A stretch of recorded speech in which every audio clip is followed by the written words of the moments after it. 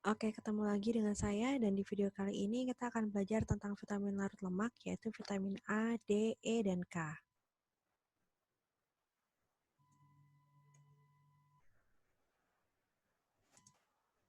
Nah, jadi vitamin larut lemak adalah vitamin yang memerlukan lemak untuk dapat diserap dan masuk ke dalam tubuh kita.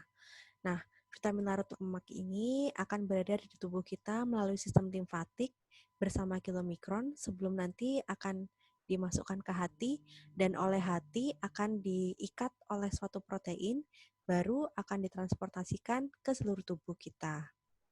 Nah, apabila tubuh kita ini kelebihan vitamin A, maka tubuh kita akan menyimpan kelebihan tersebut di hati dan di jaringan adiposa. Nah, jadi vitamin larut lemak ini nggak diekskresikan melalui urin seperti halnya vitamin larut air. Oleh karena itu, resiko keracunan dari vitamin larut lemak ini lebih besar dibandingkan vitamin larut air itu sendiri.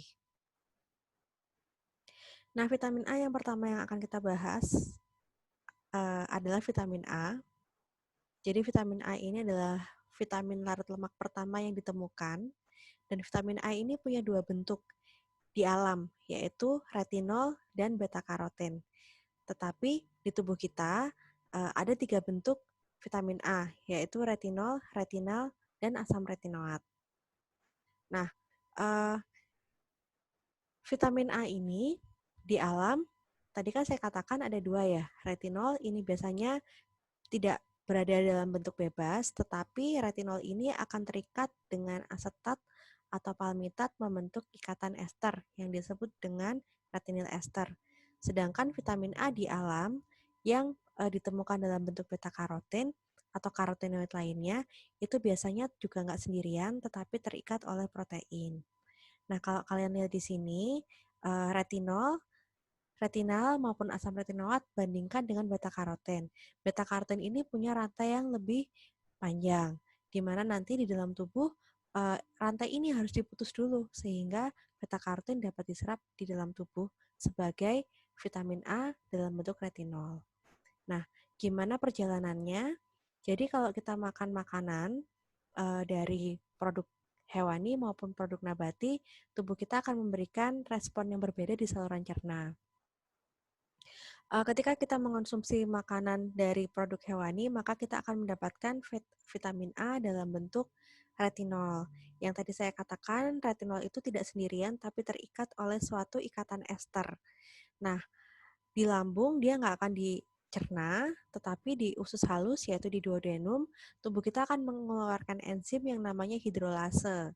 Ya, nah enzim hidrolase ini akan memutus ikatan ester dari retinil ester sehingga kita bisa mendapatkan retinol bebas. Retinol bebas ini kemudian akan digabungkan dalam kompleks misel untuk menembus dinding mukosa usus. Nah, ketika misel ini akan dibentuk menjadi kilomikron, retinol yang tadinya uh, berada dalam misel ini akan direesterifikasi kembali. Jadi akan diikat kembali oleh ester yang namanya retinil palmitat karena dia diikat dengan palmitat. Retinil palmitat ini baru nanti akan dibawa oleh kilomikron ke hati. Nah, apabila kita mengonsumsi vitamin A dari produk pangan nabati, maka kita akan mendapatkan vitamin A dalam bentuk karoten yang terikat oleh protein atau protein binding karotenoid. Nah, karena dia terikat protein, kita harus membebaskan dulu karoten sebelum dia bisa diserap. Nah, cara membebaskannya adalah dengan mengaktifkan enzim pepsin di lambung sehingga protein akan terdegradasi dan karoten menjadi bebas. Ada dua jalur penyerapan utama. Yang pertama, karoten ini dapat diserap sebagai karoten langsung dengan membentuk kompleks misel. Yang kedua, apabila enzim karoten dioksigenase tersedia, maka karoten akan diubah menjadi bentuk retinaldehid atau retinal. Nah, retinal ini kemudian akan diubah menjadi retinol, dan retinol yang terbentuk akan dibawa bersama kompleks misel seperti halnya retinol yang didapatkan dari produk pangan hewani untuk selanjutnya memasuki peredaran darah dan dibawa ke hati sebelum diedarkan ke seluruh tubuh. Nah, di dalam tubuh kita, vitamin A ada 3 bentuknya. Ada retinol, retinal, dan asam retinoat. Retinol dan retinal ini sifatnya reversible, artinya retinol bisa diubah menjadi retinal dan sebaliknya. Tetapi asam retinoat sifatnya irreversible, artinya vitamin A dalam bentuk retinal yang sudah diubah menjadi asam retinoat tidak bisa dikembalikan menjadi retinal maupun menjadi retinol. Nah, vitamin A yang berasal dari pangan pangan hewani maupun beta karoten yang sudah dikonversi menjadi retinaldehyde akan masuk ke dalam tubuh dalam bentuk retinol, dan beta karoten yang dikonversi menjadi retinal akan dikonversi menjadi retinol. Jadi retinol ini adalah bentuk vitamin A utama yang diedarkan oleh tubuh kita. Baru nanti di sel-sel atau jaringan-jaringan tertentu, retinol ini akan diubah menjadi retinal maupun asam retinoat. Peran utama vitamin A sangat banyak di dalam tubuh kita. Peran yang paling terkenal adalah untuk membantu penglihatan. Tapi selain itu, vitamin A juga terlibat dalam banyak proses penting di dalam tubuh, misalnya sintesa protein dan diferensiasi sel, kemudian juga untuk reproduksi dan pertumbuhan, serta dalam bentuk beta karoten, vitamin A berperan sebagai salah satu antioksidan. Nah, tadi di slide sebelumnya sudah dijelaskan bahwa vitamin A ada 3 bentuknya di dalam tubuh kita. Setiap bentuk itu punya sel target yang berbeda-beda. Misalnya retinol, retinol ini bekerja di jaringan reproduksi dan merupakan alat transport utama serta alat penyimpan bentuk transportasi utama vitamin A serta bentuk vitamin A yang disimpan dalam tubuh. Jadi semua vitamin A yang didistribusikan serta disimpan di dalam tubuh itu ada dalam bentuk retinol. Nah, kalau retinal, retinal ini bekerja uh, di penglihatan atau di mata untuk membantu pembentukan rodopsin, yaitu suatu senyawa yang membantu tubuh kita mengenali cahaya. Selain itu, retinal itu juga menjadi jembatan agar retinol yang berada di peredaran darah bisa dikonversi menjadi asam retinoat. Asam retinoat sendiri merupakan bentuk vitamin A yang paling banyak digunakan oleh sel-sel tubuh kita. Asam retinoat berguna dalam pembentukan hormon untuk regulasi dan diferensiasi sel, pertumbuhan, serta perkembangan embrio. Nah, defisiensi vitamin A dapat terjadi apabila kita mengonsumsi vitamin A dalam jumlah yang kurang dalam jangka waktu yang cukup lama. Karena tadi disebutkan kalau vitamin A itu kan kalau kelebihan disimpan di hati dan jaringan adiposa. Jadi sebenarnya kalau kita nggak makan vitamin A dari makanan, tubuh kita itu punya cadangan retinol yang disimpan di hati ataupun di jaringan adiposa untuk mengkompensasi kebutuhan vitamin A di sel-sel tubuh kita. Nah, apabila kita tidak mengonsumsi vitamin A dalam jangka waktu sekitar 1 hingga 2 tahun, baru gejala kekurangan vitamin A ini akan muncul. Tetapi, gejala defisiensi vitamin A akan muncul lebih cepat pada anak-anak, karena anak-anak jumlah sel livernya serta jumlah sel adiposanya itu lebih sedikit dibandingkan manusia dewasa, tetapi kebutuhan vitamin A-nya lebih banyak karena anak-anak perlu vitamin A untuk pertumbuhan. Sebagaimana tadi kita jelaskan, salah satu fungsi vitamin A adalah untuk mendukung pertumbuhan. Nah, oleh karena itu untuk anak-anak seperti misalnya bayi dan juga balita, biasanya ada program pemberian kapsul vitamin A untuk mencegah kekurangan vitamin A pada anak-anak. Apabila kita kekurangan vitamin A, yang akan terjadi adalah yang pertama, mudah terserang penyakit infeksi, kemudian buta senja, kebutaan akibat seroftalmia atau kerusakan kornea mata, serta keratinisasi kulit. Nah, di gambar ini, kalau kalian bisa lihat, di sini ada satu titik di mana titik itu seperti ada sel kulit yang menumpuk di antara sel-sel yang lain. Ini adalah salah satu tanda kekurangan vitamin A yang ditunjukkan dengan adanya keratinisasi kulit.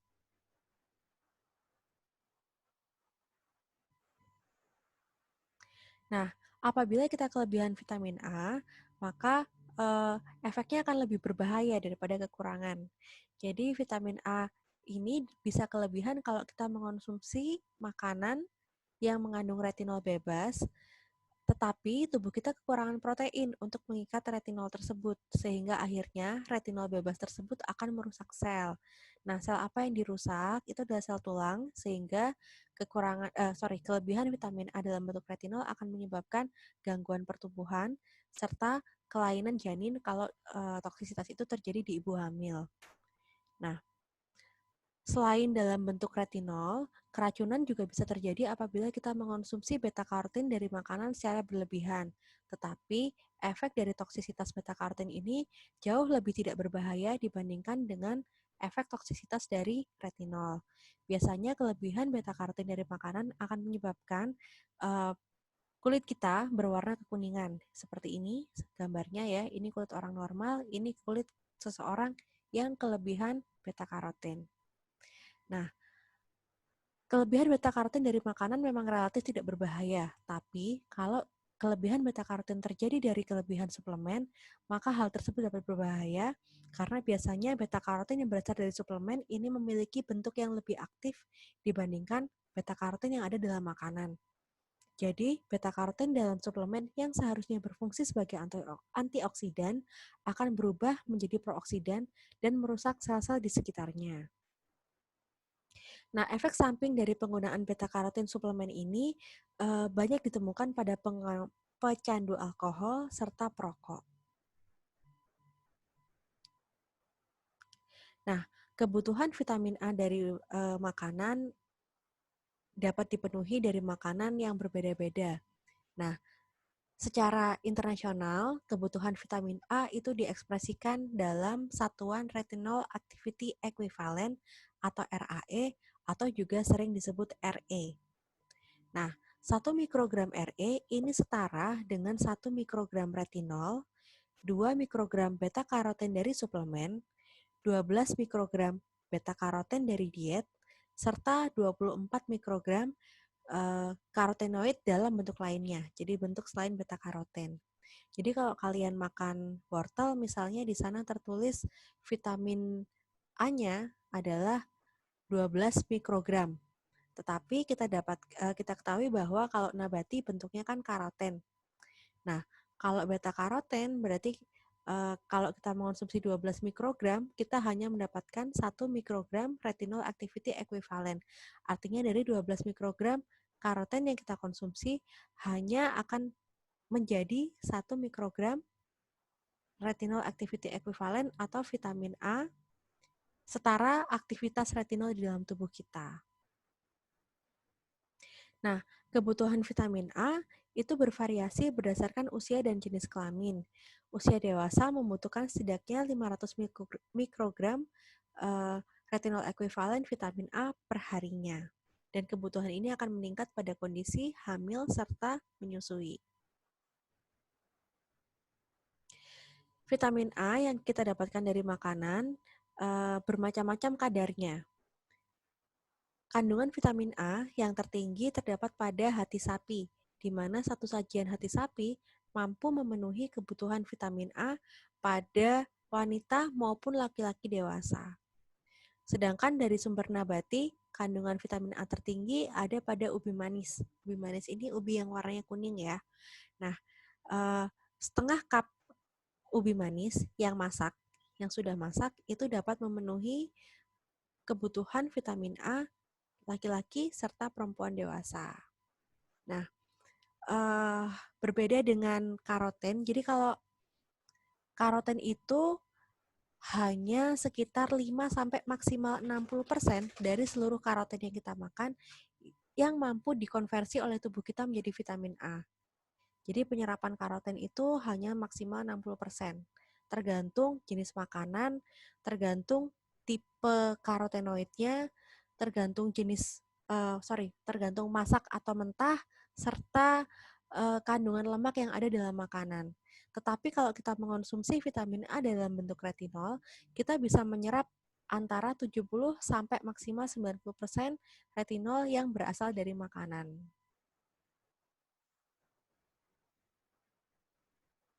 Nah, vitamin larut lemak yang kedua adalah vitamin D. Vitamin D ini cukup unik karena tidak seperti vitamin lainnya yang harus didapatkan dari makanan. Vitamin D ini bisa disintesa secara mandiri oleh tubuh kita dengan bantuan sinar matahari. Nah, oleh karena itu, orang yang jarang terpapar sinar matahari membutuhkan vitamin D dari makanan. Tapi apabila kita cukup terpapar sinar matahari, maka vitamin D dari makanan tidak terlalu menyumbangkan jumlah yang signifikan untuk memenuhi kebutuhan tubuh kita. Jadi vitamin D ini dibentuk dari 7 dehidrokolesterol yang akan diaktifkan oleh sinar ultraviolet yang ada di dalam makanan menjadi bentuk previtamin D3. Previtamin D3 ini bentuknya belum cukup aktif. Nah, untuk mengaktifkan vitamin D3 ini harus dibawa ke liver untuk diubah menjadi 25 hidroksi vitamin D3 atau kalsidiol. Nah, kita masih perlu menambahkan satu ion H lagi. Nah, penambahan ion H yang kedua berlangsung di ginjal, sehingga produk akhirnya kita akan mendapatkan 1,25 dihidroksi vitamin D3 atau yang disebut kalsitriol atau vitamin D3 yang aktif. Jadi, kita membutuhkan hati serta ginjal untuk mengaktifkan vitamin D3 yang ada di dalam tubuh kita. Nah, vitamin D di dalam tubuh kita ini memiliki peran yang berhubungan dengan keseimbangan kalsium dan fosfor.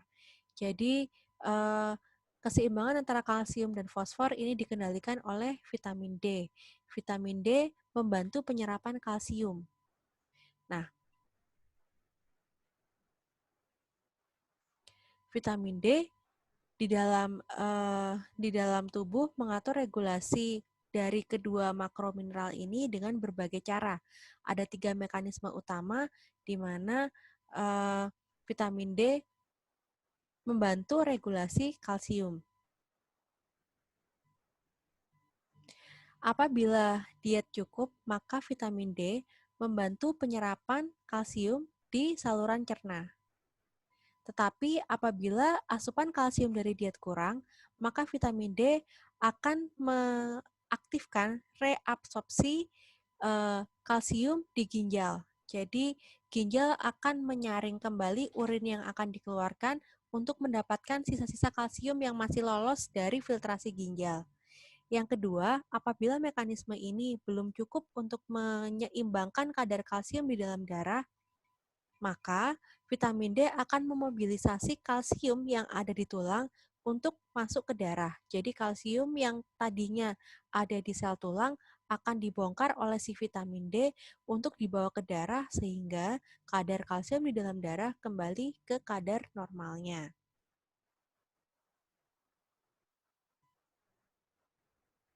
Nah, defisiensi vitamin D ini memang jarang terjadi terutama bagi seseorang yang tinggal di iklim tropis. Namun ada beberapa faktor resiko yang dapat menyebabkan seseorang rentan mengalami defisiensi vitamin D.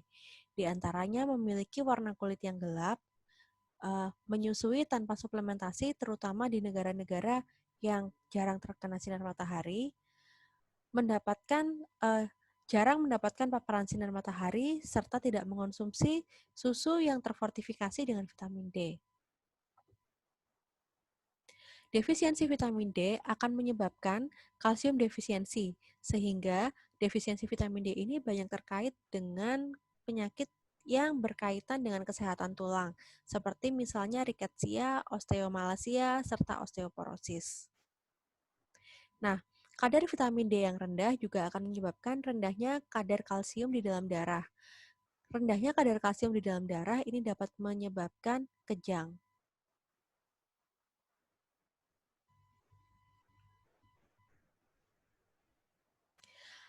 Kelebihan vitamin D dari sintesa tubuh kita sendiri itu jarang sekali terjadi.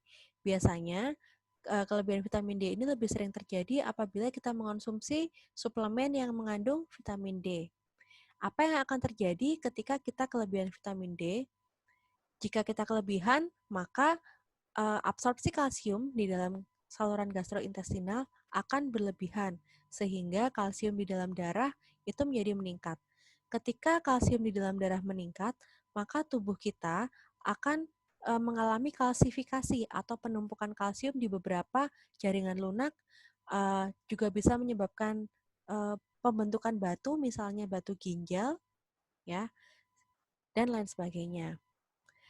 Kalsifikasi atau penumpukan kalsium ini juga dapat menyebabkan pembuluh darah kita menjadi mengeras, sehingga ini dapat berbahaya dan menyebabkan kematian akibat kerusakan arteri di otak, hati, paru-paru, dan lain sebagainya, hingga bisa menyebabkan kematian.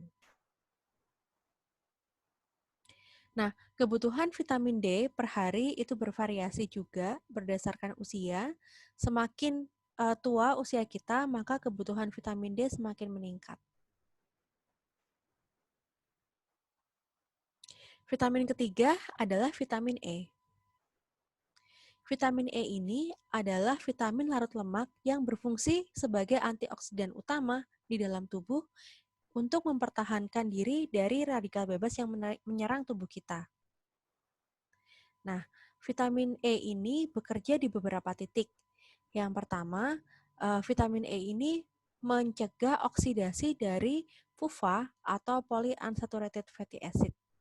Jadi, vitamin E ini mencegah kerusakan membran sel, di mana biasanya membran sel ini terdiri dari PUFA. Kalau membran selnya rusak, maka sel kita akan rusak. Sehingga vitamin E ini mencegah terjadinya kerusakan sel tubuh kita. Vitamin E juga terbukti di beberapa penelitian memiliki efek protektif terhadap penyakit jantung koroner karena vitamin E ini dapat mencegah oksidasi dari low density lipoprotein atau LDL di dalam tubuh kita. Nah, bentuk vitamin E utama di dalam tubuh kita adalah dalam bentuk alfa tocoferol.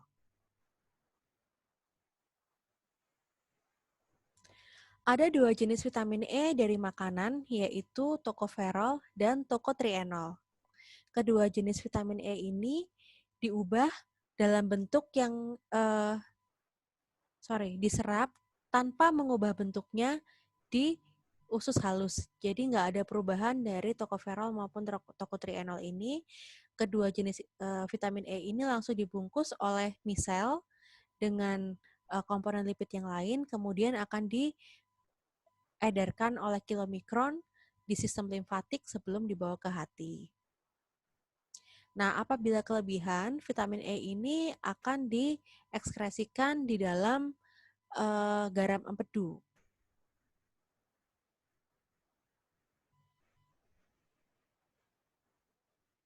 Nah, ada dua mekanisme untuk jaringan mengambil vitamin E dari peredaran darah. Yang pertama, lipoprotein lipase melepaskan vitamin dengan menghidrolisis triasilgliserol dan kilomikron serta VLDL. Kemudian,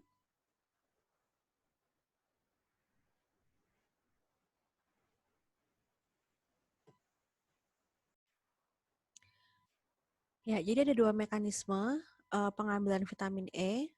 Kalau vitamin E itu diambil dari kilomikron dan VLDL, maka yang pertama protein lipase akan bekerja menghidrolisa triasilgliserol dalam kilomikron dan VLDL sehingga akhirnya vitamin dapat lepas dan dapat diambil oleh jaringan. Mekanisme kedua, apabila vitamin E didapatkan dari LDL, maka vitamin E akan didapatkan melalui ikatan dengan LDL reseptor.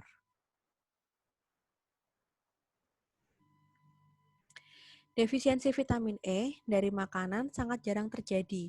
Tetapi apabila memang terjadi, biasanya defisiensi vitamin E ini disebabkan akibat adanya penyakit yang berhubungan dengan malabsorpsi lemak, misalnya pada penyakit cystic fibrosis. Nah, tanpa vitamin E, sel darah merah akan lebih cepat rusak karena membran dari sel darah merah ini terdiri dari polyunsaturated fatty acid atau PUFA, di mana adanya vitamin E akan menghalangi kerusakan PUFA pada membran sel darah merah akibat serangan radikal bebas. Jadi kalau nggak ada vitamin E, maka sel darah merahnya akan lebih cepat rusak.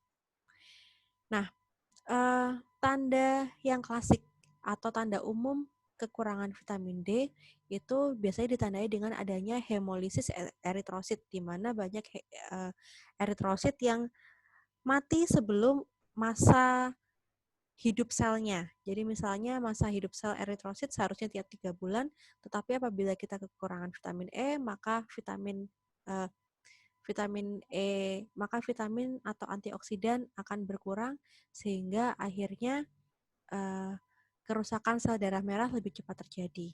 Biasanya hal ini sering didapatkan pada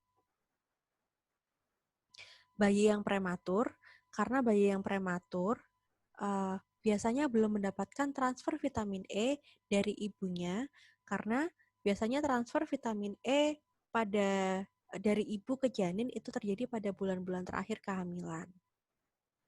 Nah, kekurangan vitamin E dalam jangka waktu yang sangat lama juga menyebabkan disfungsi neuromuskuler serta kerusakan retina mata. Toksisitas vitamin E sebenarnya jarang terjadi karena upper level vitamin E ini cukup tinggi, yaitu 65 kali lebih tinggi dibandingkan AKG-nya atau rekomendasi anjuran asupannya. Nah, tetapi apabila kita misalnya mengonsumsi suplemen vitamin E dalam jumlah yang sangat tinggi, maka yang akan terjadi adalah vitamin E yang terlalu tinggi ini dapat menghalangi pembekuan darah yang dilakukan oleh vitamin K.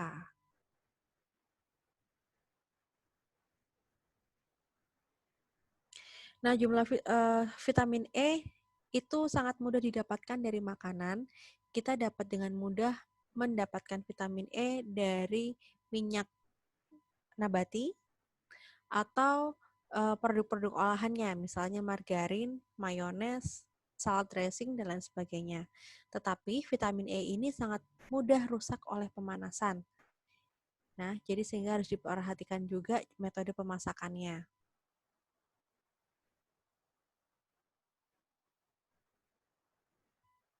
Nah, vitamin larut lemak terakhir yang akan kita bahas adalah vitamin K. Jadi seperti halnya vitamin D, vitamin K ini sebenarnya bisa didapatkan dari sumber non-makanan. Vitamin K bisa kita dapatkan dari bakteri yang ada di saluran cerna kita.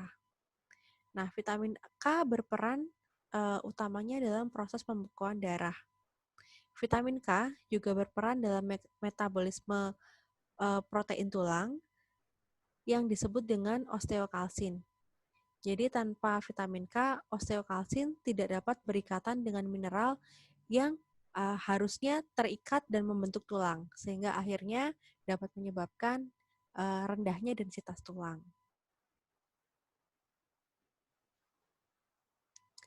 Nah, vitamin K ada dua bentuknya, yaitu phylloquinone dan menaquinone, atau vitamin K1 dan vitamin K2. Phylloquinone sekitar 80% itu diserap lewat lymphatic system bersama kilomikron, seperti halnya vitamin larut lemak lainnya. Kemudian, dari kilomikron akan dibawa ke sirkulasi dengan VLDL.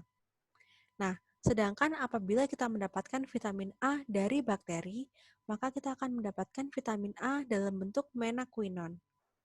Menaquinone ini diserap di usus besar, ya. Kalau phylloquinone diserapnya di usus halus. Nah, dari usus besar, menaquinone ini akan memasuki lymphatic system, kemudian masuk ke hati, dan akan dilepaskan ke dalam bentuk VLDL. Vitamin K sangat penting untuk aktivasi beberapa protein di dalam tubuh kita, seperti contohnya adalah protrombin. Protrombin adalah suatu protein yang berperan dalam proses pembekuan darah. Jadi vitamin K ini mengaktifkan eh, protrombin, di mana trombin ini nanti akan diaktifkan oleh kalsium menjadi trombin, dan trombin ini akan mengaktifkan fibrinogen, yaitu adalah protein cair, menjadi fibrin atau protein padat yang dapat menutup luka. Jadi kalau nggak ada vitamin K, maka prekursor pembentuk protrombin tidak akan bisa membentuk protrombin dan seterusnya. Defisiensi vitamin K dari makanan sebenarnya sangat jarang terjadi karena vitamin K dapat disintesis oleh bakteri di usus kita. Nah, eh, namun defisiensi vitamin K ini dapat terjadi apabila kita kekurangan asupan lemak atau mungkin kita mengonsumsi obat-obatan yang dapat membunuh bakteri yang dapat menghasilkan vitamin K, misalnya antibiotik dalam jangka waktu yang sangat lama. Apabila kita kekurangan vitamin K, efek yang terjadi adalah kita dapat mengalami perdarahan berat. Karena apabila terjadi luka, meskipun kecil dalam tubuh kita, maka waktu penyembuhan luka itu akan menjadi sangat lama. Toksisitas vitamin K jarang terjadi. Dan karena vitamin K ini bisa didapatkan dari bakteri, belum ada penelitian yang menyebutkan berapa batas aman konsumsi vitamin K. Kelebihan vitamin K dari suplemen itu dapat mengurangi keefektifan dari obat antikoagulan yang mencegah pembekuan darah.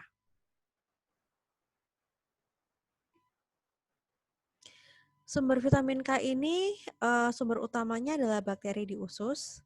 Kemudian sekali disintesa, vitamin K akan diserap dan disimpan di hati. Vitamin K juga didapatkan dari makanan seperti sayuran hijau, minyak nabati, dan lain sebagainya. Nah, itu dia penjelasan tentang vitamin larut lemak. Berikutnya adalah penugasan. Silahkan bagi kelompok kalian sesuai kelompok yang sudah dibagi dan silahkan kerjakan tugas berikut. Apabila ada pertanyaan, silahkan tuliskan pertanyaan kalian di kolom komentar di bawah ini maupun di forum diskusi di aula. Terima kasih.